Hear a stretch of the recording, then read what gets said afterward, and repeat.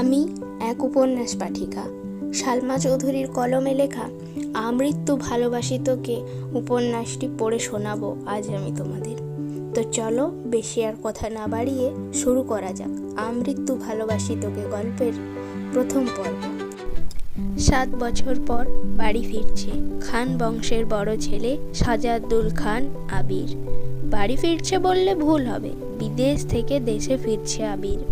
এই 7 বছরে খান বাড়িতে ঘটে গেছে অনেক ঘটনা, যার সাথে সশরীরে যুক্ত নেই আবির, তবে আত্মিকভাবে প্রতিটা ঘটনায় জড়িয়ে আছে সে। আবিরের বাবা চাচা 3 জন। আবিরের বাবা সবার বড়, নাম আলী আহমদ খান। তানভীরের বাবা মেজো, নাম মোজাম্মেল খান। ছোট চাচুর নাম ইকবাল খান। আবির তার বাবা মায়ের একমাত্র ছেলে। মেজো চাচা মানে মোজাম্মেল খানের এক ছেলে ও এক মেয়ে। ছেলের নাম তানভীর খান, মেয়ের নাম মহাদিবা খান মেঘ। ছোট চাচার এক মেয়ে ও এক ছেলে, মিম আর আদি। এখনও তারা এলাকার যৌথ পরিবারগুলোর মধ্যে শ্রেষ্ঠ। বাড়ির সকলের প্রাণ যেন এক সুতোয় বাঁধা। 5 ভাই বোনের মধ্যে আবির সকলের চোখের মণি। আবিরের জন্মের পর তার বাবা মা দ্বিতীয় সন্তান নেওয়ার চিন্তায় করেননি। HSC পর্যন্ত সে বাড়িতেই ছিল, সবার নয়নের মণি। আবিরের চাঞ্চল্যে মেতে থাকতো খান বাড়ি। আচমকা যেন পরিবেশটা পাল্টে গিয়েছিল। 18 বছর বয়সে আবিরের হঠাৎ করেই স্কলারশিপে বিদেশ পড়তে যাওয়া। বাড়ির সকলের সাথে শারীরিকভাবে যেমন দূরত্ব বেড়েছিল, তেমনই দূরত্ব বেড়েছে মানসিকতার। 7 বছর পূর্বের আবিরের সাথে বর্তমানের আবিরের আকাশ পাতাল পার্থক্য। দেখেও যেন চেনার উপায় নেই। 6 ফুট লম্বা ছেলেটা, গায়ের রং শ্যামলা, গাল ভর্তি চাপ দাড়ি, চুলের স্টাইল কোনো নায়কের থেকে কম না। তার ফ্যাশন আর লুকে যে কোনো মেয়েই এক দেখাতে প্রেমে পড়তে বাধ্য। প্লেনে বসে আবির অবলীলায় ভেবে যাচ্ছে অতীতে ফেলে আসা স্মৃতিগুলো। সেই চাঞ্চল্যকর মুহূর্তগুলো এখন শুধুই স্মৃতির পাতায়। মাকে রেখে এসেছিল সেই যৌবনের প্রথম দিকে, যখন তার বয়স ছিল 18। সেই সময়ে মাই ছিল তার একমাত্র বন্ধু। আজ সে 24 বছরের যুবক। এতগুলো বছরের একটা দিনও বাদ যায়নি যে মায়ের সাথে ফোনে কথা বলেনি সে। বাড়ির সকলের সাথে মোটামুটি কথা বলার চেষ্টা করেছে। ছোটবেলার স্মৃতিগুলো ভাবতে ভাবতে নিজের দেশে পৌঁছে গিয়েছে আবির। এয়ারপোর্টে আবিরের বাবা আলী আহমেদ খান আর তানভীর দাঁড়িয়ে আছে। তানভীর সম্পর্কে তার চাচাতো ভাই আর বয়সে 2 বছরের ছোট্ট, কিন্তু দুজনের বেস্ট ফ্রেন্ড আর কলিজার বন্ধু। তানভীর আবিরকে দেখেই দৌড়ে এসে জড়িয়ে ধরল। এই 7 বছরে একবারের জন্যও বাড়ি ফেরেনি আবির, তবে প্রতিনিয়ত কথা হয় আবির ও তানভীরের। আবির তার আব্বুকে সালাম করে জড়িয়ে ধরে, তারপর বাড়ি ফেরে 3 জনেই। বাড়িতে যেন হই হই রই রই ব্যাপার, হবে নাই বা কেন? বাড়ির বড় ছেলে এত বছর পর বাড়ি ফিরেছে।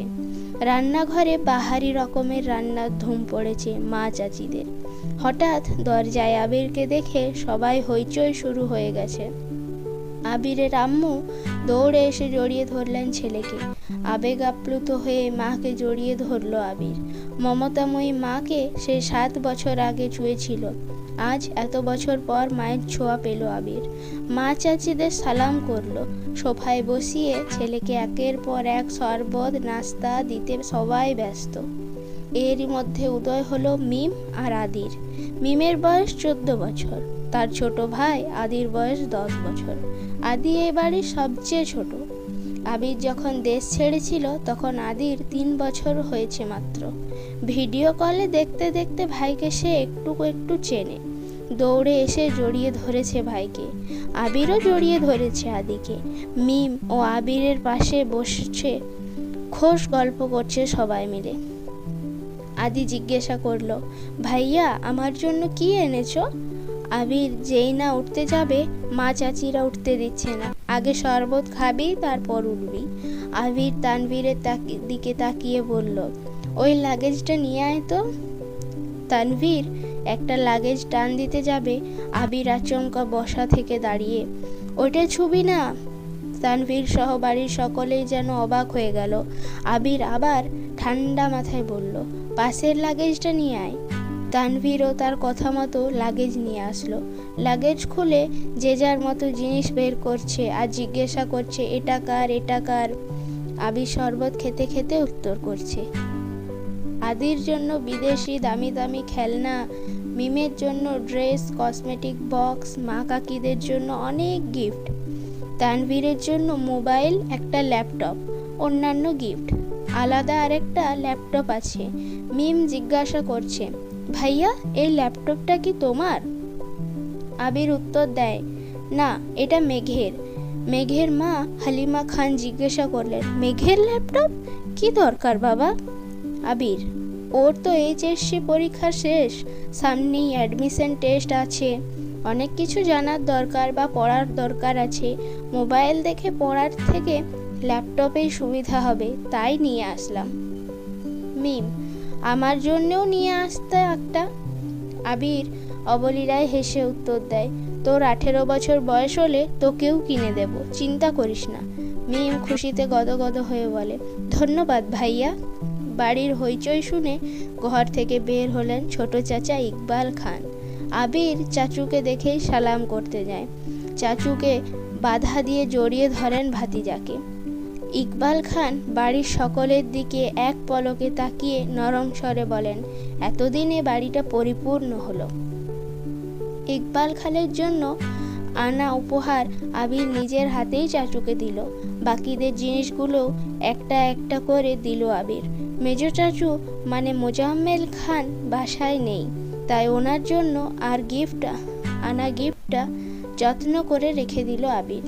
লাগেজে পড়ে আছে একটা বক্স, যেটা র্যাপিং পেপারে মোড়ানো, আর একটা শপিং ব্যাগ।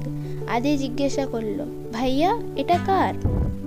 আবির ল্যাপটপের পাশে বক্স আর শপিং ব্যাগটা রেখে উত্তর করলো, এগুলো মেঘকে দিয়ে দিও, আমি রুমে যাচ্ছি। ইকবাল খান এক পলক সবার দিকে তাকিয়ে জিজ্ঞাসা করলেন, মেঘ কোথায়? হালিমা খান উত্তর দিলেন, ও তো কোচিংয়ে গেছে, এতক্ষণে তো চলে আসার কথা। আবির বাকি দুইটা লাগেজ নিয়ে উঠতে যাচ্ছিল, হঠাৎ পিছন ফিরে মায়ের দিকে তাকিয়ে প্রশ্ন করল, আমি কোন রুমে থাকব?